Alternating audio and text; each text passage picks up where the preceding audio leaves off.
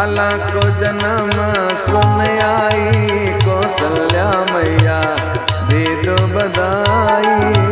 लाला को जन्म सुन आई कौशल्या मैया दे दो बधाई। दे दो बधाई मैया दे दो बधाई। दे दो बधाई मैया दे दो बधाई। लाला को जन्म सुन आई कौशल्या मैया दे दो बधाई। लाला को जन्म सुन आई कौशल्या मैया दे दो बधाई।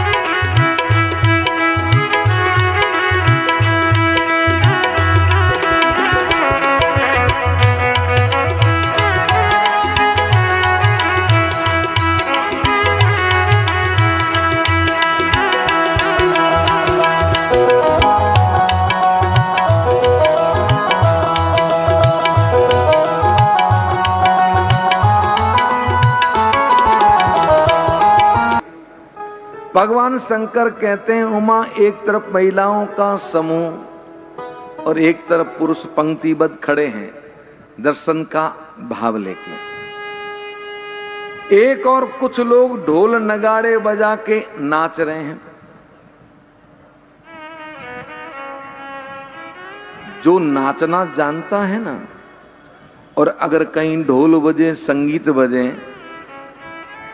तो राजेंद्र जी वो अपने आप को रोक नहीं पाता, वो उठ के नाचेगा तब उसको आहा हा आनंद आएगा। और अगर कोई मर्यादावश उठ नहीं पाता तो बैठे बैठे ही नाचेगा, पर नाचेगा जरूर। भगवान शंकर तो संसार के सबसे श्रेष्ठ नर्तक है। शंकर ने कहा उन लोगों को नाचते देखा, हम भी अपने आप को रोक नहीं पाए और हम भी निकले लगे नाचने। नाचते नाचते नाचते जब थके और जब वापस आए तो जहां से हम निकले थे वहां आके खड़े, कहां बीच में घुसा, चल पीछे। क्योंकि वहां से तो लोग जा चुके थे, जहां हम खड़े थे वहां से तो लोग जा चुके थे, वहां तो कोई और खड़े थे, हो गए बीच में, कहा घुसा, चल पीछे। फिर वापस शुरू से बारी लगाई। जैसे ही आधे मार्ग आए फिर नाचने का मन हुआ, फिर लगे नाचने। फिर आए तो वहां से फिर लोग जा चुके थे। ऐसा 3-4 बार हुआ। लेकिन कौशल्या जी ने महल के द्वार बंद करवा दिए, अब कोई नहीं आ सकता। पारसेठ जी बैठे, मद्रास से आए, नाम नहीं बोलूंगा, पता नहीं अभी है भी कि नहीं है कोई, क्योंकि काफी साल हो गए इस बात को। हम जैसे ही गए तो एक जो आयोजक समिति के सदस्य थे जो हम लेके गए, महाराज आपके एक भक्त बैठे हैं, सुबह कल या शाम को ही आ गए। मैं जैसे अपने आवास पे गया तो बाहरी जो बैठक थी वहां बैठे, वो मुझे देखा, प्रणाम किया। मैंने कहा जय सिया राम। तो कहा हम आपसे मिलने आए। मैंने कहा अभी हम आए हैं, अपना नित्य कर्म कर लें, बाद में आपसे मिलते हैं, अभी आते ही तो नहीं मिलेंगे। तो हम गए, स्नान करके नित्य कर्म करके बाहर आए। हाँ, मैंने बोली सेठ जी कि हम तो आपको गुरु बनाने आए। मैंने कहा हम तो किसी को दीक्षा देते नहीं, आपको पता ही है, फिर काहे को आप ऐसा ही विचार करके आए। कि महाराज हम तो पूरा मन में संकल्प लेके आए हैं, मद्रास से आए हैं और आपको गुरु बना के ही जाएंगे, आपको हमें मंत्र देना ही पड़ेगा। मैंने कही कोई जबरदस्ती है कि नहीं मंत्र देना पड़ेगा, आप मंत्र नहीं दोगे तब तक हम अंजल ग्रहण नहीं करेंगे। मैंने कहा मत करो। हम वापस रूम में चले गए, अंदर ही हमारा कीर्तन था, तो हमने अपना प्रसाद बनाया, प्रसाद पाया। कथा का समय 3 बजे का था। तो मैंने सोचा वो वास्तव में वो बैठा है कि चला ही गया है। 1:30 बजे दरवाजा खोला तो वो तो बैठे वहीं। मैंने कहा आप गए नहीं, महाराज आपको कह दिया ना, आप मंत्र नहीं दोगे तब तक हम न अन्न ग्रहण करेंगे न जल ग्रहण करेंगे। हमने कल शाम से पानी नहीं पिया, आप मंत्र दोगे फिर ही पानी पिए। अरे मैंने कहा वृद्ध आदमी हो, गर्मी का समय, पानी वानी पियो, कहीं बीमार पड़ गए, कुछ हो गया कर गया तो हम ये दोषी हो जाएंगे, ये क्यों जिद कर रहे हो? कि नहीं हम तो आपको गुरु बनाएंगे, आप मंत्र देना पड़ेगा। मैंने कहा चलो ठीक, आओ अंदर, मंत्र ही लेना है? कहा आओ अंदर, बिठाया। अच्छा शेठ जी, आप मेरे बारे में जानते तभी तो मुझे गुरु बनाना चाहते हैं? कि हाँ हाँ, हम कई वर्षों से आपकी कथा सुनते विज्ञान के माध्यम से। ठीक है, तो मेरा भी तो अधिकार होना चाहिए कि चेला बनाऊं, उससे पहले उसके बारे में जानूं। हाँ महाराज पूछिए। मैंने कहा आप काम क्या करते हो? तो कहा मेरे स्टील के बर्तनों की फैक्ट्री है। अच्छा, कितनी फैक्ट्री है? 2 फैक्ट्री है, आवास वहीं बंगला है। अच्छा मुझे ये बताइए, मोटा मोटी मिनिमम, मैक्सिमम नहीं, मिनिमम आपकी प्रॉपर्टी कितनी है? कहा यही कोई 16-17 करोड़ की होगी, कम से कम। हाँ, मैंने कहा अभी अगर देर तुरंत अगर किसी को देना चाहें, घर मकान नहीं, केवल व्यापार और नगदी कितना है? यही 16-17 करोड़। अच्छा बेटे कितने? कि 2 बेटे हैं। अगर एक बात करो, उस बात पूछो सेठ जी, अभी अगर बंटवारा किया जाए तो आप कैसे करेंगे? कितने हिस्से करेंगे? अरे महाराज पूछने की कहां जरूरत है, अभी अगर ऐसा हो तो 4 हिस्से करेंगे, 2 बेटों के, 2 हम पति पत्नी के। अच्छा तो 16 मानो तो 16 में 8 आपके पति पत्नी के आगे, 8 बेटों के चले गए। कि हाँ, तो 8 में आपके 4 करोड़ रुपए आए। कि हाँ, तो एक काम कीजिए, मंत्र हम दे देते, 2 करोड़ का चेक दे दो। वो हमने जैसे कहा 2 करोड़ का चेक दे दो, महाराज वो भड़के। हमने तो बहुत सुनना था, समझा था कि आप तो बड़े ही ऐसे संत हैं, वो सोच के आते रहे, सब लालची, सभी लोभी हैं, सभी ऐसे हैं। वो जो उनको कहना था कह दिया, और कह के और जब जाने लगे, मैंने कहा सेठ जी रुकिए 2 मिनट, आपने कह दिया, अपना भड़ास निकाली, अब 2 मेरे शब्द भी सुन ले फिर जाएं, अब क्या सुनने को बाकी रहा? मैंने कहा तो भी 2 सुन तो लो, एक संत के नाते सुन लो। हाँ बोलो क्या कहना? अब मुझे कोई सुनना नहीं है, मैं तो अभी का अभी फ्लाइट पकड़ के जाऊंगा वापस, गलती हो गई मेरी, तो मैं यहां आ गया, मेरे को घर वालों ने मना किया था, ये सब बाबा लोग ऐसे ही होते हैं। मैंने कहा 2 मिनट सुन तो लो। हाँ बोलो क्या? मैंने कहा सेठ जी एक बात बताओ, अभी अगर आप मर जाओ तो ये 4 करोड़ आपके साथ चलेंगे? वो तो कोई नहीं लेके गया। मैंने कहा मैं अभी मर जाऊं तो जो जीवन में मैंने भजन किया वो मेरा साथ चलेगा, ये गारंटी के साथ में। चलेगा कि नहीं चलेगा? कि हाँ महाराज वो चलेगा। तो जो मेरे साथ चलने वाला है और तुम्हारा साथ नहीं चलने वाला तुम दे नहीं सकते, तो मेरे साथ चलने वाला मैं तुम्हें कैसे दे दूं भाई? हम तो आ गए कि चेला बनेंगे जबरदस्ती। शिष्य बनाना मतलब अपने जीवन के किए हुए समस्त सुकृत में से शिष्य को उतना पुण्य देना पड़ता है कि शिष्य का जीवन मुक्त हो जाए। हर ही शिष्य धन शोकन हर ही, सो गुरु घोर नरक मह पर। ये मैं तुलसी जी ने लिखा है। और शोक क्या है? जीव का संसार में आवागमन। ये शौक जब तक अगर गुरु शिष्य का नहीं मिटा सकता, वो गुरु नरक का गामी होता। और मैंने कहा महाराज मुझे नरक में नहीं जाना। अगर आप कह देते कि महाराज ये लो 2 करोड़ मैं आपको दे देता हूं, मैं आपकी फूटी कोड़ी नहीं लेता, हनुमान जी की सौगंध आपको मंत्र दे देता। महाराज जब 4 करोड़ दे दूं, मैंने कहा तुमको कह के गया जो मुझे पहले कह के गया, अब तो तुम भले फांसी खाओ तो भी नहीं दो। ये स्पष्ट है, ध्यान रखें।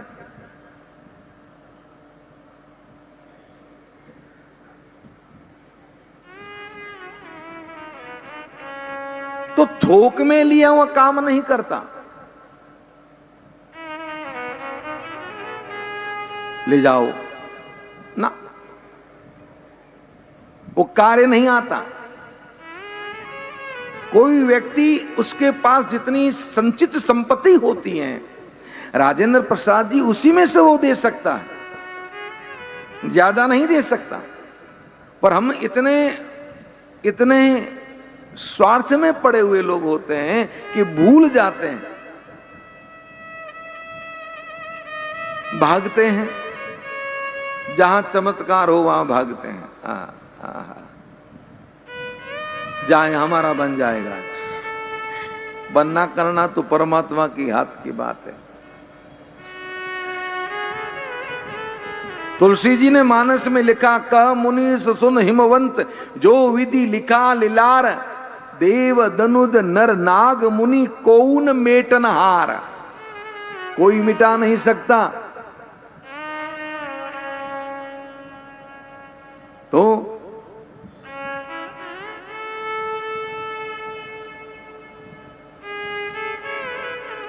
मिटता है, पर कब?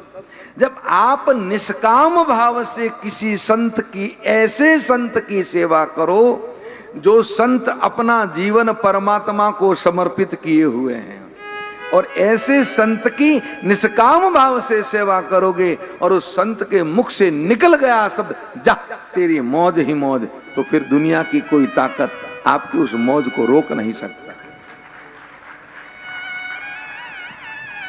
अब मुझे पता चल जाए कि डॉक्टर साहब का अच्छा हॉस्पिटल चलता है, डॉक्टर साहब नामचीन डॉक्टर हैं और आपकी व्यवस्था भी बढ़िया है, जाएंगे तो भेंट भी बढ़िया देंगे, तो डॉक्टर साहब आओ, बहुत आनंद करो, आपके सब ठाट ही ठाट होगा।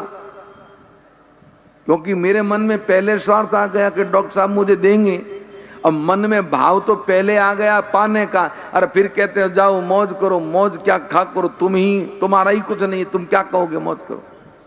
ऐसे नहीं होता।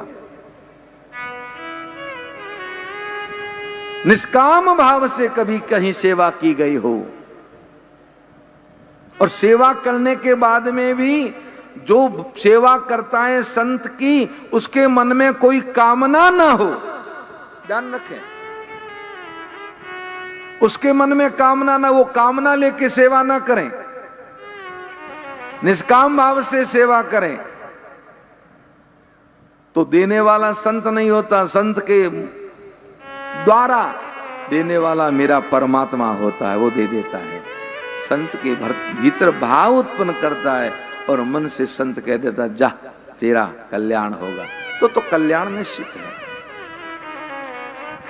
पर चमत्कार को सुनते हैं ना तो हम भागते हैं, और न शंकर जी को तो पता है कि ऐसे तो ये लोग आएंगे नहीं, तो कहा 5-10 को पकड़ के ले आओ भुसुंडी जी, फिर हम बुलाने की जरूरत नहीं, लोग स्वतः ही आएंगे। अब भुसुंडी जी 10 अवध के लोगों को आग्रह करके लाए, हमारे गुरुजी आए काशी से, हाथ दे के भूत भविष्य सब बताते हैं, लेते वेते कुछ नहीं। अब 10 लोग आए, शंकर जी ने हाथ देखा, सब सही सही बताया। अब शंकर से क्या छुपा, वो तो त्रिकालज्ञ है।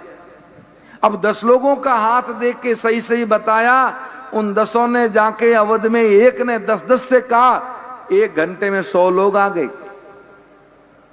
शंकर जी ने 100 लोगों को हाथ देखा और 100 लोगों ने जाके अवध में 10-10 से कहा।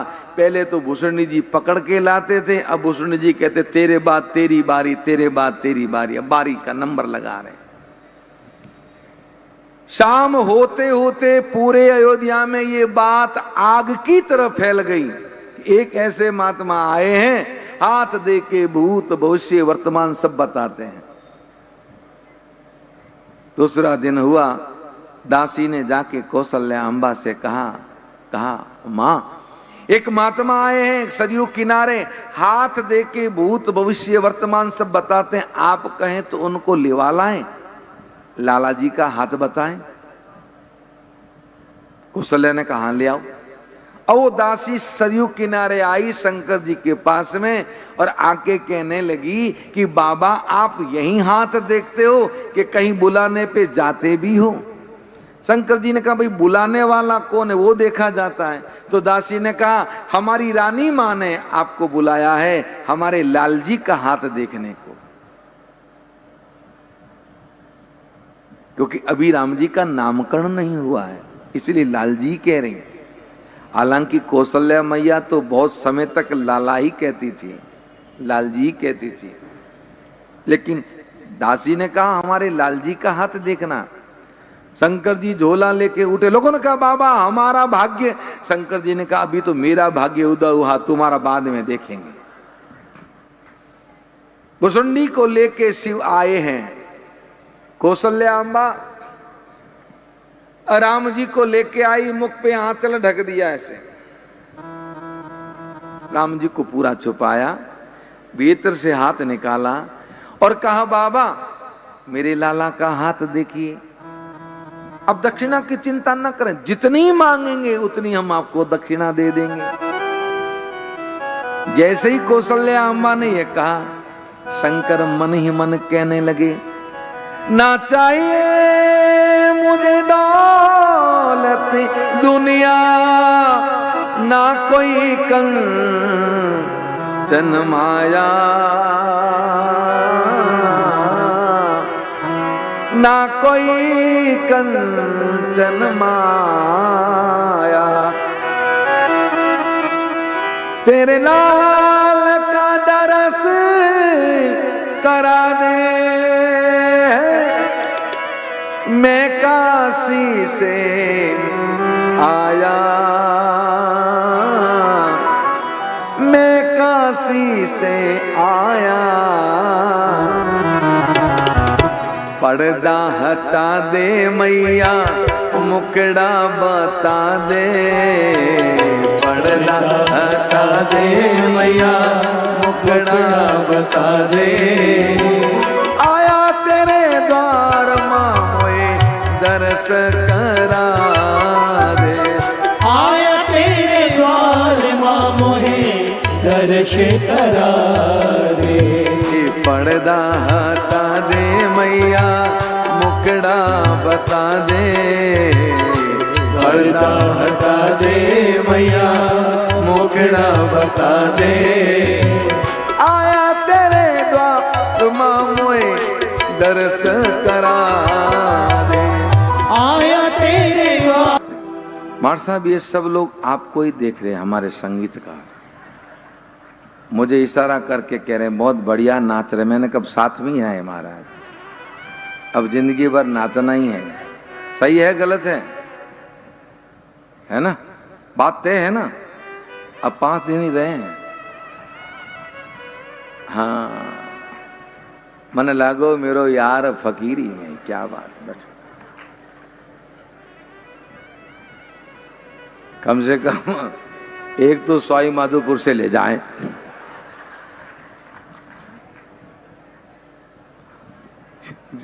ज्यादा तो नहीं। भगवान शंकर मन ही मन कहने लगे मैया ये पर्दा हटाओ और हम आपके लाला के दर्शन करने आए। मन में कह रहे तुम कहती हो दक्षिणा, हमें दक्षिणा नहीं चाहिए, हम तो तेरे लाला की दीदार करने आए। तो क्या जानती हम कहां से आए? आपको पता नहीं कितने दिन हो गए हमें इस अवध की गलियों में घूमते हुए। अब तो कम से कम दर्शन की भीख दे दो हमें, और नहीं भिक्षा में चाहिए तुम्हारे लाला के दर्शन करने। राम जी के सामने देख के शंकर जी ने कहा बाबा अब तो पर्दा हटाओ, अब तो मुखड़ा दिखाओ। और राम जी रोने लगे। कौशल्या जी राम जी को दुलार करने लगी, कहने लगी लाला कहां भयो, लाला कहां भयो। राम जी और जोर जोर से रोने लगे। मां भीतर ले गई, स्तनपान कराने लगी, फिर भी राम जी रो रहे। दास दासी सेवक सेविकाएं सब दौड़े, लाला के कहा हो, लाला के कहा भयो। पर राम जी और जोर जोर से रोने लगे। भुसुंडी जी ने पास में जाके कहा मैया मैया लगता है आपके लाला को किसी की नजर लगे। हाँ तभी तुमने द्वार बंद करवा दिए। द्वार तो तूने बाद में बंद करवाए, नजर पहले लगे। तो अब क्या करूं? चिंता ना करो मैया, ये हमारे जो गुरु जी है ना ये नजर भी उतारते हैं। अब मरता क्या नहीं करता। राम जी को लेके कौशल्या अम्बा दौड़ी, भगवान शंकर खड़े थे, शंकर की गोद में प्रभु को दिया। कहा बाबा देखिए ना मेरा लाला कब से रोए जा रहा है, इसको नजर लग गई, इसकी नजर उतारिए। अब शंकर जी ने राम जी को गोद में लिया, प्रभु की छवि को निहारा, शंकर मस्त हो गए। राम जी ने कहा बाबा दर्शन नहीं करोगे, आशीर्वाद नहीं दोगे। पर राम जी रोए जा रहे, शंकर जी तो स्वरूप को देख के आनंद में भर गए, पर राम जी रो रहे। कौशल्या ने कहा, रे बाबा क्या कर रहे हो, मेरा लाला कब से रोए जा रहा है, इसे इसकी नजर उतारी ना। कौशल्या ने शंकर जी के हाथ को पकड़ के जो ही राम जी के सर पे हाथ रखा, राम जी चुप। इन नौटंकी तो थी। और जैसे ही राम जी चुप हुए, कौशल्या ने कहा, बाबा मेरे लाला का हाथ बताइए। शंकर कहने लगे, मैया आपका लाला सुंदर सुशील, सबका प्रिय, सबका दुलारा, लेकिन जब तुम्हारा लाला किशोर अवस्था में होगा ना, तो एक महात्मा आएंगे तुम्हारे लाला को लेकर, नहीं नहीं नहीं महाराज दक्षिणा में कमी, तुम आपको और दे देगी, पर ऐसा ना। शिव ने कहा, पूरी मैया बात तो सुनो। अब क्या सुनना है? वो महात्मा आएंगे तुम्हारे लाला को लेके जाएंगे, और कुछ ही काल में सुंदर सुशील सरगुण संपन्न राजकुमारी से विवाह करके तुम्हारा लाला घर आएगा महाराज। अब की बढ़िया कही। बहू का नाम लेते प्रशांत जी मां प्रसन्न हो गई। ये माताएं है ना, बालक जब छोटा होता है ना, तो मां बेटे को बड़ा दुलार करती है, और दुलार करके भविष्य के सपने सजोती है।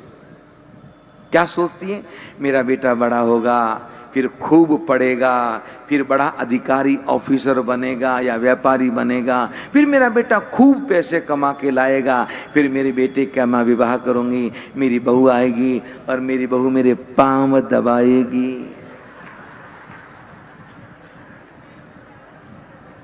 ये माता है बड़ी समझदार है। वो बहू जब पांव की जगह गर्दन पे हाथ लगाती है ना, तब सब नशा उतर जाता है महाराज, पूरा का पूरा। और ये दुनिया का सबसे श्रेष्ठ रिश्ता है प्रशांत जी। सबसे सुंदर रिश्ता अगर कोई दुनिया में है तो वह सास बहू का। कार्तिक का महीना था, माताएं कार्तिक नहाती थी, तो सुबह जल्दी उठ के सूर्योदय से पहले स्नान करती, फिर ठाकुर जी का पूजन करती, मंगला गीत गाती।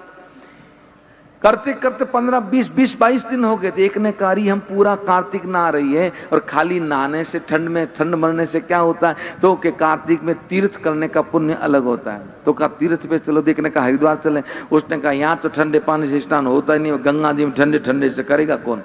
तो क्या करें कि तीर्थों के राजा पुष्कर जी हैं, और पुष्कर में मेला भी भरता कार्तिक के अंत में पूर्णिमा पे, तो क्यों ना पुष्कर चले। दूसरी ने कहा, हाँ ये बात तो ठीक है, चलो पुष्कर। और 5-7 जो थी महिलाएं, उन्होंने वहां मन का विचार किया कि पुष्कर चलेंगे। अब उन्होंने जाके अपने घर पे बात की, पड़ोस में बात की, किसी ने अपनी भाभी से कहा, किसी ने नंदन से कहा। दूसरे दिन तक तो 50 हो गई कि अपन 50 जनी जा रही है, तो एक काम करें ना, गाड़ी अपनी खुद की कर ले, किराए जब चाहे जा रुके, जब चाहे जा चले। कहा ये तो ठीक। अब जैसे ही गाड़ी तय हुई कि पुष्कर गाड़ी जा रही है पूर्णिमा स्नान के लिए, तो जो नहीं जाने वाली थी वो भी तैयार हो गई। अब तैयार कौन हुई, किसी की जेठानी हो गई, किसी की दिरवानी हो गई। अब उनको मना तो कैसे करें, किसी की बहन हो गई। अब 50 की 100 हो गई। अब 100 हुई तो का एक काम करते हैं, 2 गाड़ी कर देते हैं। ठीक है, 2 गाड़ी हो गई। जगह निश्चित की, चौराहे से सुबह त्रयोदशी के दिन गाड़ी लगेगी, और जल्दी सभी गाड़ी में बैठ जाना। ठीक। अब जैसे ही गाड़ी में बैठने का समय आया, तो एक ने कहा, गाड़ियां 2 है ना क्या, तो एक काम करो, एक में सब में सासू बैठ जाओ, एक में बहू बैठ जाए, ताकि बहू को भी घूंघट निकालने का कोई झंझट न रहे। और सास बहू की बुराई करे, बहू सास की बुराई करे, तो सास सुने ना बहू सुने। अब एक में सास बैठ गई, एक में बहू बैठ गई, बस रवाना हुई। तो सास उम्र में बड़ी तो सास वाली बस आगे चले, बहुएं उम्र में छोटी, पद में छोटी, तो बहुओं वाली बस पीछे चले। जो सास जिस बस में बैठी थी, उसका जो ड्राइवर था, उसकी आदत थी पुड़िया खाने की। और ये ड्राइवर लोग अक्सर आपने देखा कि गाड़ी चलाते रहते हैं और पुड़िया खोल के मुंह में डालते हैं। जो खाते हैं उनको पता है, यहां तो कोई नहीं खाता होगा।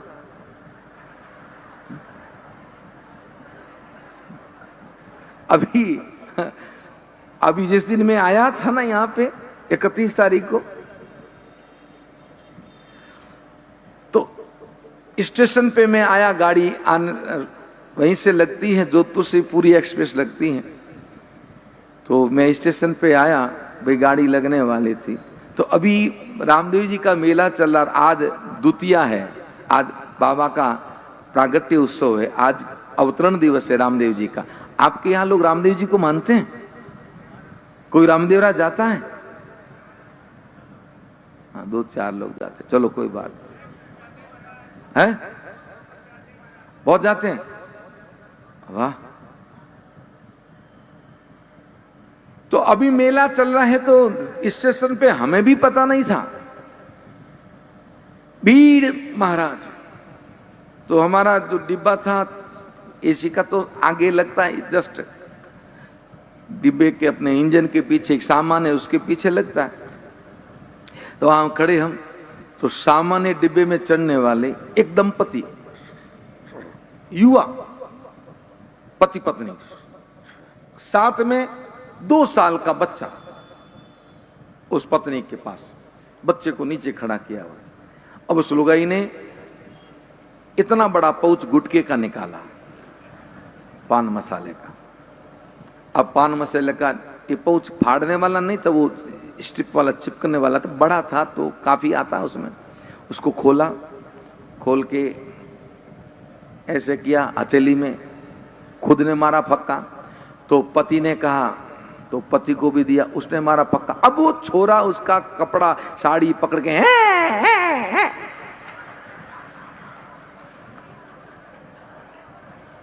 अब उसने उसमें से 4-5 दाने लिए गुटके के, 10-15 ऐसे करके उस छोरे के मुंह में डाले। और जैसे ही छोरे के मुंह में डाले, छोरा नाचने लगा। मैं ये दृश्य देखता, मेरे से रहा नहीं गया। मैंने कहा इधर आओ, दोनों इधर आओ। और साधु वैसे तो आते, प्रणाम हमारा। मैंने कहा तुम्हें शर्म नहीं आती? तुम लोग अपना जीवन तो बर्बाद कर ही चुके हो। अरे नादान बालक है, 2 साल का, अरे इसको खिलाना है तो कोई दूध पिलाओ, फ्रूट खिलाओ, बादाम खिलाओ, ये गुटखा खिलाते हो तुम। इसका जीवन क्या होगा? ये अभी 2 साल का बालक है, ये गुटके के लिए इतना मचलता है, ये पान मसाला के लिए। और तुम जर्दे वाला खातिर इसको भी जर्दे वाला खिला कि नहीं महाराज, झटक दिया था।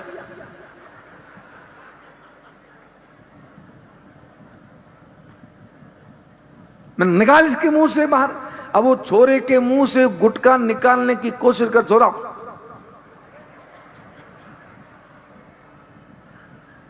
मुंह ही न खोले महाराज। वो माँ बाप दोनों कोशिश की, छोरे ने नहीं खोला। और सत्य कह रहा हूं, वो छोरा 2 साल का बच्चा गुटखा खा रहा था। जैसे ही उसने वो छोड़ा उसको, तो बड़ी मस्ती से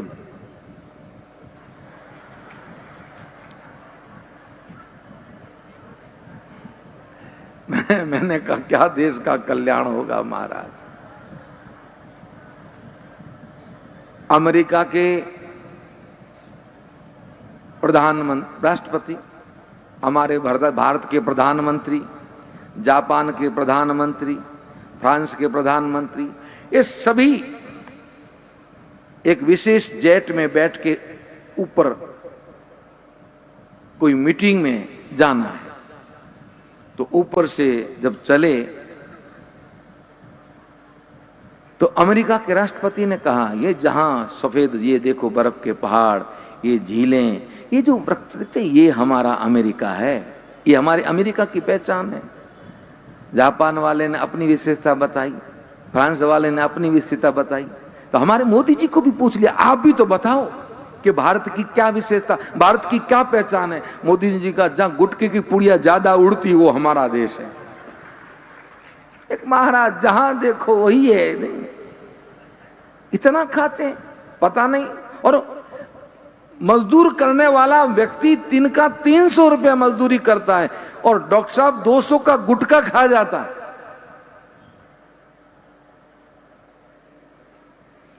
दिन में तो गुटखा, रात को बड़ा वाला गुटखा, और फिर पड़ा रहे रोड पे। उसे यही पता नहीं जीवन क्या है महाराज। तो ये ड्राइवर गुटखा खाता था, पुड़िया खाता था, तो वो पुड़िया खोल के रोके कौन गाड़ी? पुड़िया खोला, यूं किया सहयोग से, जैसे उसको पुड़िया खाना हुआ और आगे एकदम से यू टर्न आ गया। यू टर्न आ गया, गाड़ी गति में थी,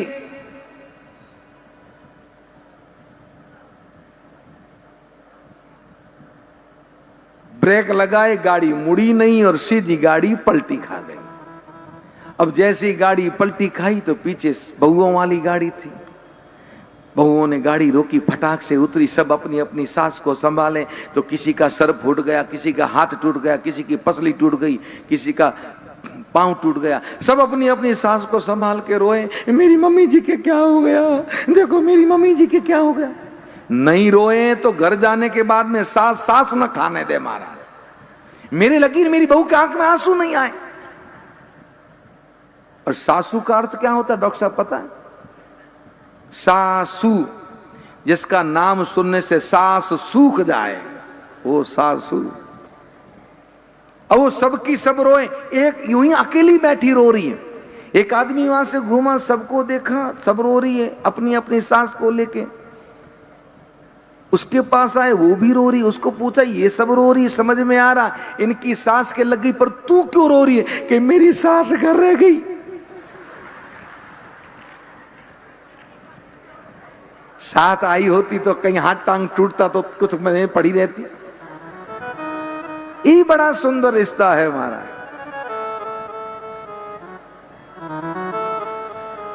जैसे ही शिव ने कहा सुंदर सुशील सर्वगुण संपन्न राजकुमारी से विवाह करके आपका लाला घर आएगा, कौशल्या जी ने कहा महाराज अब की बढ़िया कही, अब आगे बताओ। कौशल्या सुनना चाहती है कि मेरा लाला राजा बनेगा कि नहीं बनेगा। पर शंकर जी ने कहा विवाह करके आपका लाला आएगा और कुछ समय बाद में आपके लाला को